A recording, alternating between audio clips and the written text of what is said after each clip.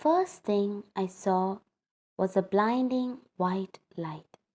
It stung my eyes, and I blinked. Everything felt heavy, my eyelids, my body, even my thoughts. I heard faint voices. One sounded like my mom. "She's waking up," someone said. My vision cleared, and I saw my mom leaning over me. Tears were streaming down her face. "Emily," she whispered, "you're awake."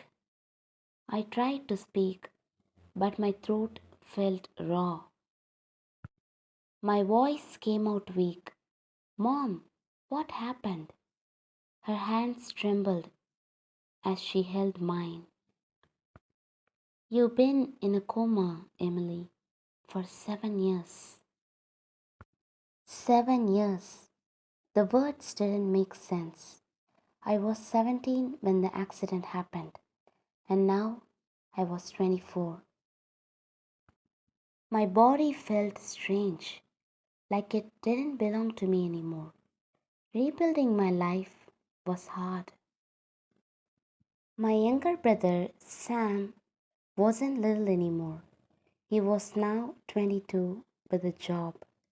I had missed so much of his life. Before the accident, Dad and I had been so close. He called me his little genius because I loved creating apps and coding. We would stay up late together working on my projects. He believed in me more than anyone else. Now he was different. He barely spoke to me. He looked at me like I was a stranger. One night, I heard him talking to Mom in the kitchen. "She's not even part of this family," he said. "Why did we waste all those years waiting? We should have moved on." His words hit me like a punch. The next day, I asked Mom, "What did Dad mean? I'm not yours?" Mom's face went pale.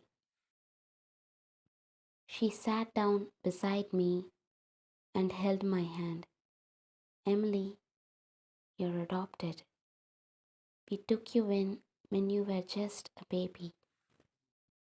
We never told you because we didn't want you to feel different. You are our daughter in every way that matters," she said.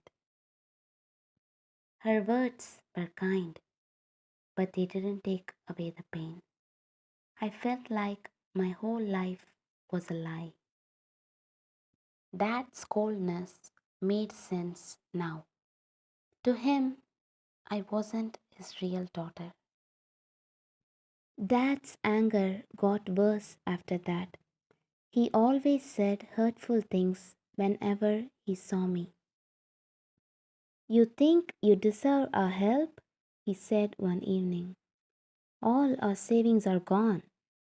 He blamed me for everything, the money, the stress, even his fights with Mom. "I should have left you at the hospital," he said one day. "Would have saved a fortune." I cried myself to sleep most nights. One evening, after another argument with Mom, Dad made his final decision. "You all need to leave," he said coldly. "What?" Mom asked, shocked. "I'm done," Dad said. "Pack your things and go. I don't want to see any of you here anymore." We moved into a small, rundown apartment. Life was hard. I focused completely on my work. Before the accident, I loved working with technology. I decided to start learning it again. At first, it was hard. Coding had changed in 7 years, but I worked hard every day learning everything I had missed.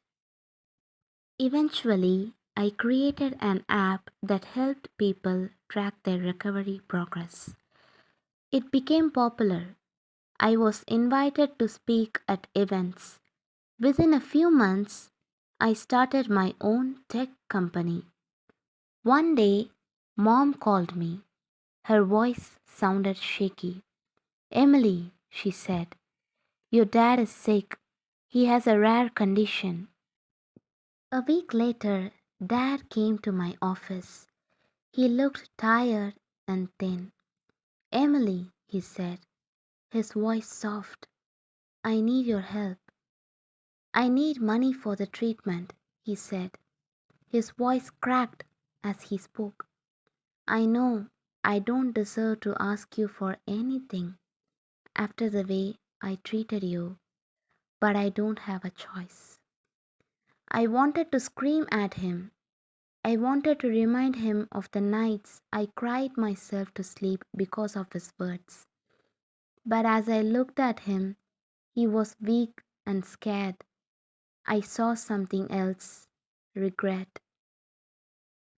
He looked down, ashamed. I cared about money, he admitted. It blinded me. I pushed my family away because I was selfish. In the end, I decided to help him, not because I forgave him completely, but because I didn't want to carry the weight of regret. I paid for his treatment. It slowed down the disease and gave him more time. Over time, he began to change. He apologized not just with words, but with actions. One evening, as we sat together, he said, Emily, I'm proud of you.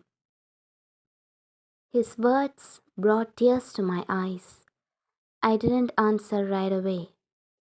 Forgiveness isn't easy, and the scars from the past were still there. But in that moment, I saw the man he used to be, the man who once stayed up late helping me with my dreams. Waking up from a coma taught me about forgiveness and second chances. It showed me the strength I didn't know I had. It taught me that even when life is unfair, you can rebuild. My family wasn't perfect, but it was mine, and that was enough. If you like this story, please like and subscribe to our channel.